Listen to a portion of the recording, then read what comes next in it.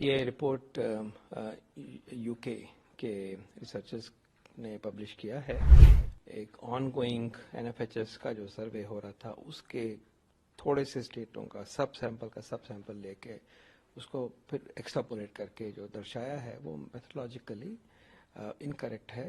12 लाख की बात करना is not tenable and we know the number, और वो सीआरएस का डेटा हमें दर्शाता है कि उस एनवलप के अंदर ही जो कोविड की डेथ निर्धारित है। मुझे कोई भी इस बात को कहने में संकोच नहीं होता कि ये जो 12 लाख की फिगर लेके आ रहे हैं ये बिल्कुल ही वो अलग फिगर है। ये रिपोर्ट यूके के रिसर्चर्स ने पब्लिश किया है और इन्होंने जो मेथोडोलॉजी अपनाई है, एक ऑनगोइंग एनएफएचएस का जो सर्वे हो रहा था उसके थोड़े से स्टेटों का सब सैंपल लेके उसको फिर एक्सट्रापोलेट करके जो दर्शाया है वो मेथोडोलॉजिकली इनकरेक्ट है, और उसकी वजह से डेटा जो है रिजल्ट आ रहे हैं, जो कि आंकड़े बताए जा रहे हैं वो बिल्कुल आउट ऑफ ट्यून है and they are not tenable.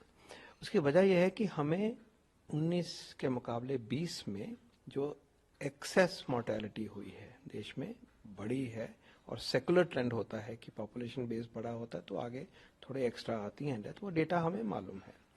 और वो नंबर है 4,74,000, और उसमें इंक्रीज रजिस्ट्रेशन का ट्रेंड और कोविड की डेथ और सारे कॉजेज की डेथ, और इसी प्रकार पॉपुलेशन का बेस बढ़ा है तो वो भी उसमें आता है।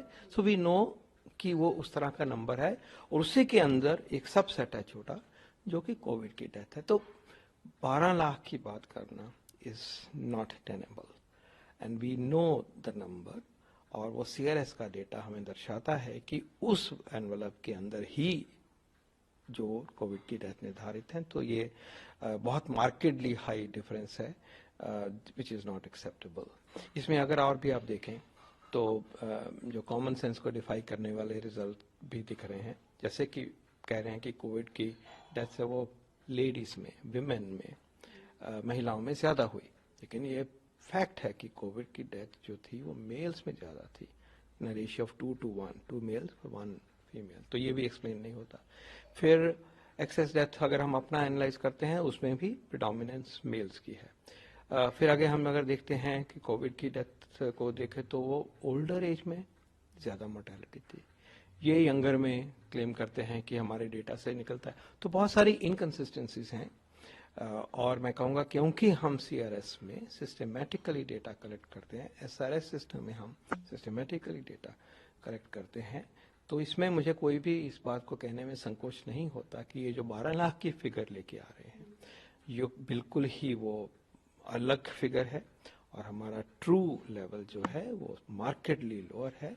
और उसके एस्टिमेट जैसे सीआरएस के हमने कोशिश करी है मैंने समझाने की, उस पे रहना चाहिए। And there was not this kind of a claim on anybody's part is really misleading and should not be accepted by anybody.